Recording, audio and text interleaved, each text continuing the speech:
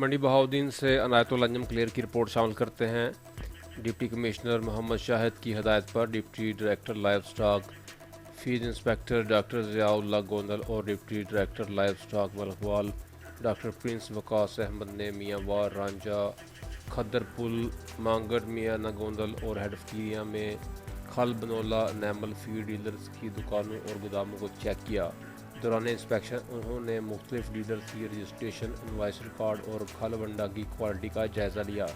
انہوں نے کھل ونڈا کے نمونہ جات لے کر تجزیہ کے لیے متعلقہ لیبارٹری میں بھجوا دیے۔ اس موقع پر deputy director livestock feed inspector doctor Zia Ullah Gondal اور deputy director livestock Malakwal doctor Prince Waqas Ahmad نے دکانداروں کو تنبیہ کرتے ہوئے کہا کہ وہ صرف رجسٹرڈ اور معیاری کھل بنولا اور ونڈا فروخت کریں۔ فیڈ بیگ کا وزن 20 یا 40 کلو گرام سے کم نہیں ہونا چاہیے۔ ہر فیڈ بیگ پر اس کے اجزائے ترکیبی، تاریخ تیاری، ایکسپائری ڈیٹ اور افلاٹاکسن لیول درج ہونا چاہیے۔